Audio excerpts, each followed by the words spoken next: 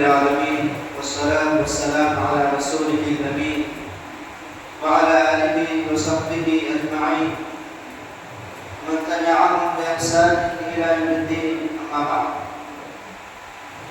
وعلى السامعين متفق علیہ کی روایت ہے، حضرت ابو ہریرہ رضی اللہ تعالی عنہ راوی حدیث فرماتے ہیں کہ پیارے نبی صلی اللہ علیہ وسلم نے ارشاد فرمایا، تعوذوا باللہ من جہد البلاء ودرک الشقاء وسوء القضاء وشماتة الاعداء. اور سامعین،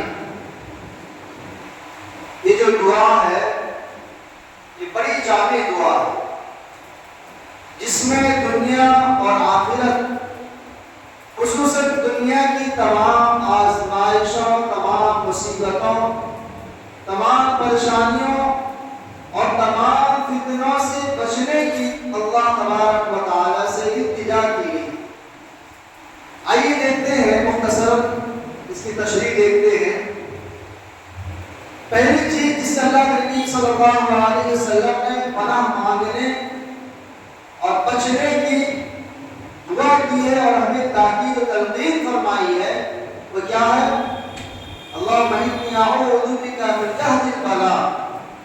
پروردگارا، میں تیری پناہ میں آتا ہوں سخت مصیبت، بیماری اور پریشانی کی تکلیف سے.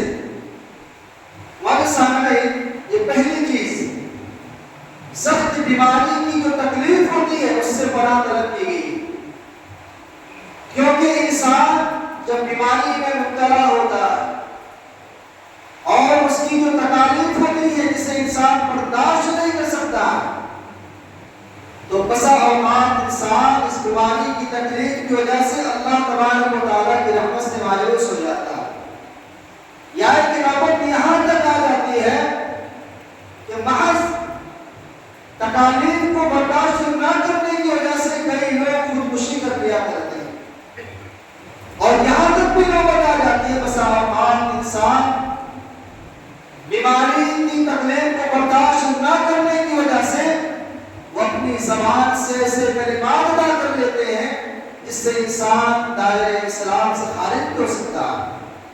اتنا عظیم دعا ہے. دیکھیے، چھوٹے سے لفظ کے ذریعے ہم اللہ تبارک و تعالیٰ سے یہ التجا کر رہے ہیں کہ پروردگارا، تو ہمیں ایسی تکلیف میں، ایسی بیماری میں اور ایسی آزمائش میں مبتلا نہ کرنا جس کی تکالیف کو، جس کی پریشانیوں کو ہم برداشت نہ کر سکیں. اور دوسرا لفظ فرمایا، دوسری چیز جس سے تمہیں اللہ تبارک و تعالیٰ کی پناہ میں آنا ہے وہ کیا ہے؟ وہ درک الشقاء. بدبختی کی جو انتہا ہوتی ہے، بدبختی یعنی انسان کی ناکامی، اور اس میں صرف ہے جس گناہوں کی کثرت آتی ہے کہ انسان ایسے گناہ انجام دے اور ایسے کبائر صغائر دن بھر میں انجام دیتا رہے جس سے کہ انسان کی دنیا اور ساتھ میں آخرت بھی تباہ و برباد ہو جائے. اور اسی طرح ہم یہ معنی بھی لے سکتے ہیں کہ دنیا میں انسان روزی روٹی کے لیے کسی کام میں ہاتھ ڈالتا ہے، کوشش کرتا ہے، مگر وہ کامیاب نہیں ہو سکتا. تو وہ ہم اللہ تبارک و تعالیٰ سے التجا کر رہے ہیں، پروردگارا تو ہمیں سارے گناہوں سے بچائے رکھ، وہ گناہ جس سے ہم بربادی کی جانب چلے جاتے ہیں، وہ گناہ، وہ کام، وہ اعمال جو ہمیں ہلاکت کی جانب لے جاتے ہیں، پروردگارا ان اعمال سے ہمیں بچائے رکھ. یعنی کہ وہ ناکامیاں جس سے انسان پریشان ہو جاتا ہے، ان ناکامیوں سے بھی پروردگارا ہم تیری پناہ میں آنا چاہتے ہیں. اور تیسری چیز، وسوء القضاء. انسان کے تعلق سے جو اچھے اور برے فیصلے ہو چکے ہیں، تو ان برے فیصلوں سے بچنے کے لیے اللہ انسان اس دعا کے ذریعے اللہ تبارک و تعالیٰ سے مدد طلب کرتا ہے کہ پروردگارا، میری تقدیر میں اگر کچھ ایسی باتیں لکھ دی گئی ہیں جس کی تکالیف کو ہم برداشت نہیں کر سکتے ہیں، جو ہمارے لیے حرارت کا ذریعہ ہے، پروردگارا ان فیصلوں پر کرم چلا دے، پروردگارا ان فیصلوں کو اچھائی میں بدل دے۔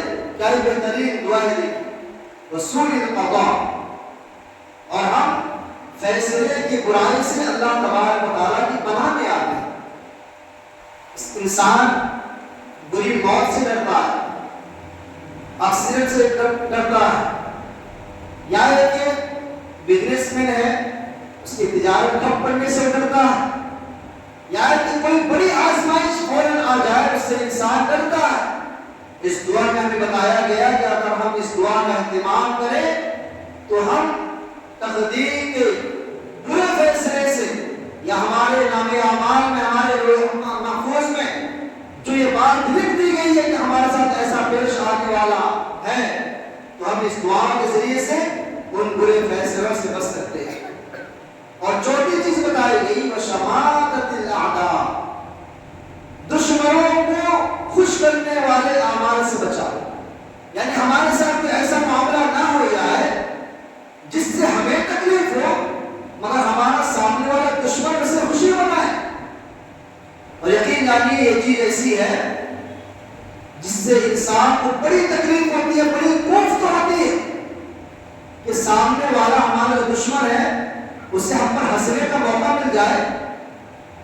ایسا اگر موقع آ جاتا ہے، اللہ حفاظت فرمائے، تو انسان ٹوٹ جاتا ہے، بڑی کوفت ہوتی ہے اس کو اندر سے، بڑی تکلیفیں ہوتی ہیں، انسان بڑا شرمندہ ہوتا ہے۔